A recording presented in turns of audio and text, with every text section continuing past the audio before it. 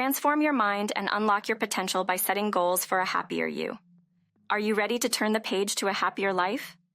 Are you feeling stuck, overwhelmed, or unsure of where to go next? Do you want to find out what you truly want in life and how to achieve it? If so, you've come to the right place.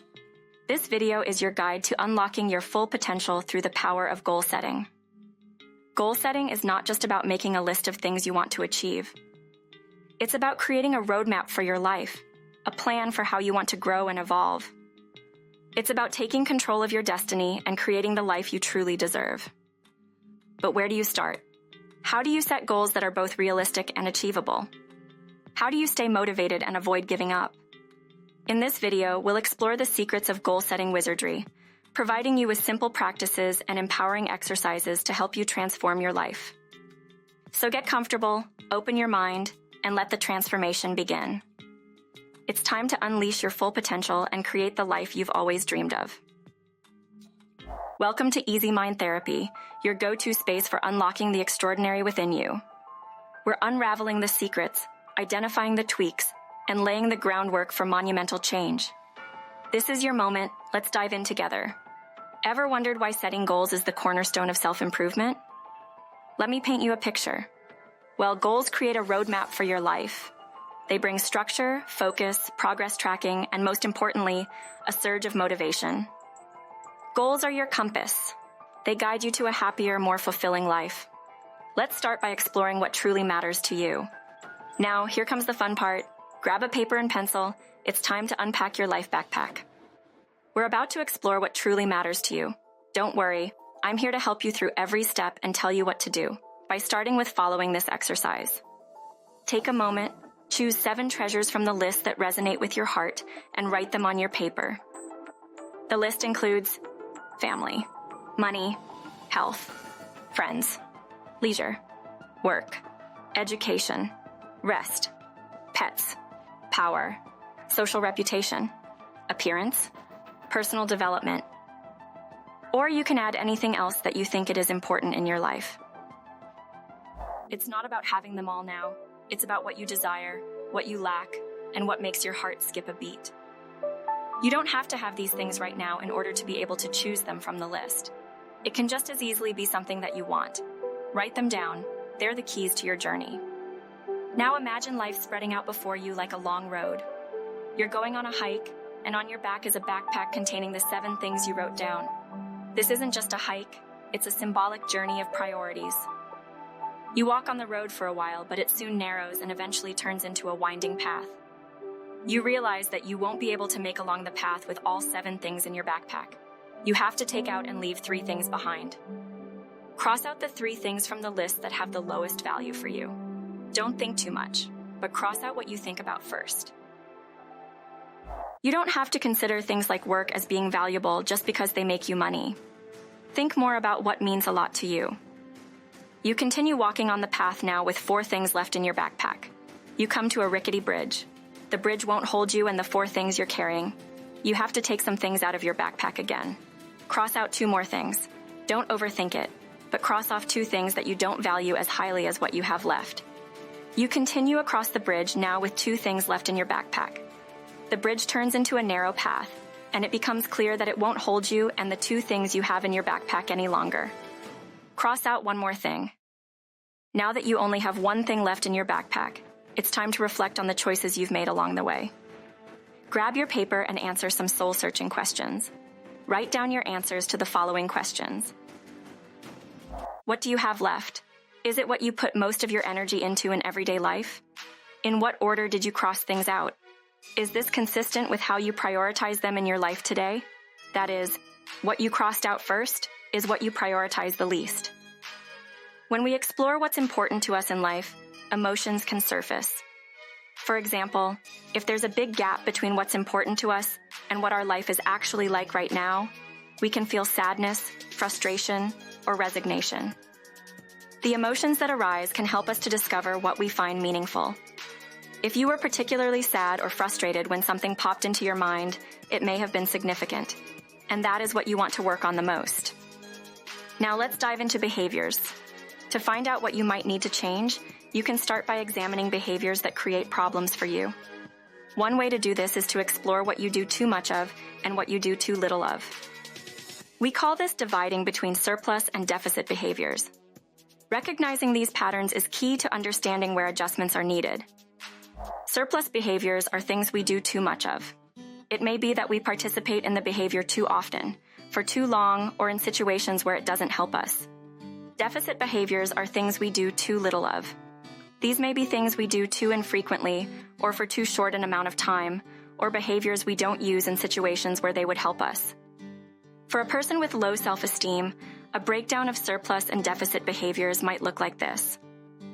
So if you proofread your emails several times before sending them, or exercise every day, cook based on what you think your partner wants to eat, then you have signs of low self-esteem with those surplus behaviors. And if you have difficulty making decisions based on what you want, or saying no to things you do not want to do, or even taking breaks when it is needed, then these are deficit behaviors showing low self-esteem too. If you are a person with social anxiety, a breakdown of surplus and deficit behaviors might look like this. You usually decline invitation, you drink alcohol at home before a party, or most of the time you turn the camera off during video calls. If you are a person with social anxiety, you rarely contacting friends, you do not answer unexpected phone calls, and you avoid to have eye contact during conversations. These are some deficit behaviors and signs of social anxiety. Now, it's time for your own exploration. How does your current situation look? Make a list of your own surplus and deficit behaviors. Answer this question and write them down on your paper. Which behaviors are helpful to you and which are not? You can use this list to help you as you learn how to clearly form your goals. The list of surplus and deficit behaviors often matches the treatment goals and what you need to work on, to some extent. Now, let's dive into the art of crafting goals that pave the way for your journey of transformation. Clearly formulated goals make it easier for you to know what you'll be working on during your self-therapy and self-empowering process. It also makes it easier to determine whether a goal has been achieved or not. Clearly formulated goals means that they are positively worded, specific, measurable, realistic, and time-bound. The clearly formulated goals, the keys to unlocking the doors to your dreams. It's common for goals to be based around wanting to get rid of something, like wanting to have less anxiety or be less stressed. These are called negatively formulated goals. The problem with negatively formulated goals is that we don't know what to do in place of the thing we're trying to get rid of. It's also easier to start behaviors than to stop them. So, you should try to create positively formulated goals around what you want to do more of instead. So, you can use the following questions to help you. What would you do if you were feeling well? What did you like to do in the past? What do others do that you'd like to do more of yourself? Goals must be specific and measurable. A goal is specific when you know exactly what it is, and it's measurable when you can tell whether you've achieved it or not. Knowing exactly what you're aiming for is the first step toward achieving it. Goals should be realistic based on where you are right now. It's important for your motivation and self-belief that you're able to regularly accomplish what's important to you. Don't be afraid of setting goals that feel challenging or are a bit removed from your current situation. If you don't have to make an effort to reach your goal, there's probably nothing standing in the way of you and your well-being. Change can be demanding, so it's nice for us to know when roughly we'll meet our goals. If a goal is specific, measurable, and realistic, it's usually possible to determine when it'll be completed by. With some effort, you should be able to achieve your goals within the time frame you set. Now I give you some examples of how unclear goals can be made clearer based on the points we've discussed. An unclear goal can be, I want to be happy. Then you can formulate this goal as a clearer goal like, I want to be able to go to choir practice once a week, or I want to see my friends at least one night a week. Another unclear goal can be, I don't want to be so stressed. Then you can formulate this goal as a clearer goal and say, I will only work during working hours, or I will eat lunch at the dining table instead of at my computer. Another unclear goal can be, have better self-esteem. Then if you formulate it in a clearer way, it can be, I want to dare to wear clothes that I like, or I want to dare to accept more responsibility at work. Next example of an unclear goal is, I want better routines. And if you say that as a clear goal, it can be, I want to get up at 7 every morning, or I will prepare my breakfast the night before. Can you think of any other suggestions? When we want to make a change, we often set goals that we want to achieve in the future. These are called long-term goals. Sometimes the long-term goals can be difficult to achieve, so we can use short-term goals to help us. Short-term goals break the path to your long-term goal down into smaller, more manageable steps. They boost your chances of feeling motivated and achieving your goals in a shorter time frame, and make it clearer how you can achieve your long-term goals. You should set your long-term goals first. There's no rule on how far ahead in time a long-term goal should be. However, if you're setting goals for your treatment, it may be useful to decide whether they can be achieved in whole or in part within a few months. Your journey begins with the destination in mind. Now I give you some examples for short-term and long-term goals so you get my point. A person who seeks higher self-esteem might formulate a long-term goal like this: I will try to say what I think. Then the time frame can be, for example, by the end of this year. Another long-term goal is, I will go swimming, and the time frame can be set to June. A long-term goal for a person who wants to sleep better might be formulated like this: have more regular sleep routines, and time frame is within a month. Another long-term goal can be formulated as sleep more hours per night with time frame of 2 months. Now set your own long-term goals using what you've learned in this video. Try to set clear goals by using the following questions. What do you want to do? What do you want to change? When do you want to achieve this by? In 3 months, a year, or any time else? Write down your long-term goals and when they should be achieved.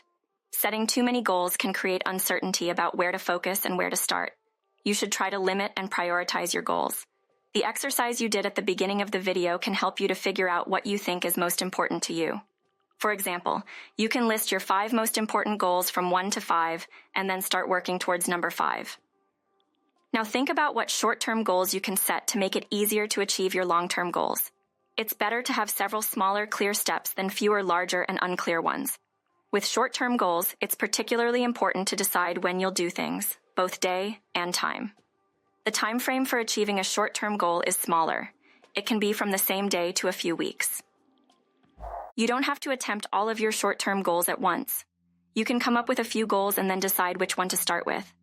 You can also just come up with your first short-term goal and start thinking about what you'll do next after you've reached it. This is what long-term and short-term goals can look like for someone with low self-esteem. Long-term goal can be dare to say what I think. Then time frame for that long-term goal can be set to by the end of this year. One short-term goal for this long-term goal can be, tell my friend I want to meet them at 12 instead of 15 this weekend. And I can start with texting them when I'm on the bus home from work today. Another short-term goal can be, I decide that on Saturday, I will buy something from a store, then return the item and say I didn't like it. Another short-term goal can be to tell my teacher after next class that, I think we should take a break during lessons that are longer than an hour. This is what long-term and short-term goals can look like for someone with sleep problems. One long-term goal is to adopt more regular sleep routines, and he can set the time frame to be 2 months from now. Then he can plan a short-term goal as to watch Improve Your Sleep video in Easy Mind Therapy channel tomorrow at 19. You can find the link of that video in the comments. Now take one long-term goal at a time and think about the steps you need to take to achieve it. Try to set clear goals and specify what needs to be done and when. Step 1. Set your long-term goals. Step 2. Specify time frame for your long-term goal. Step 3. Now set some short-term goals that help you achieve the long-term goals you set in Step 1. Let's recap the power of goal setting. Goal setting increases your chances of making the changes you want. You can find out what you want to change by examining what you do too much of and what you do too little of. It's important that your goals are positively formulated, specific, measurable, realistic, and time-bound. Set goals that require some effort to achieve, but are still realistically possible to achieve. It is important for your motivation and self-confidence. To help achieve your long-term goals, you can use short-term goals that break down the path to the long-term goal into smaller, more manageable steps. And remember, the journey is as crucial as the destination. Try these 3 exercises this week. Exercise number 1. Identify your surplus and deficit behaviors. Exercise number 2. Formulate your long-term goals. Exercise number 3. Formulate your short-term goals. Stop for a moment and give yourself a well-deserved pat on the back. Making changes in life takes time. It often requires hard work and even a good deal of courage. You have now taken an important step along the way. Well done. Do you want to continue working with your self-therapy and self-empowering?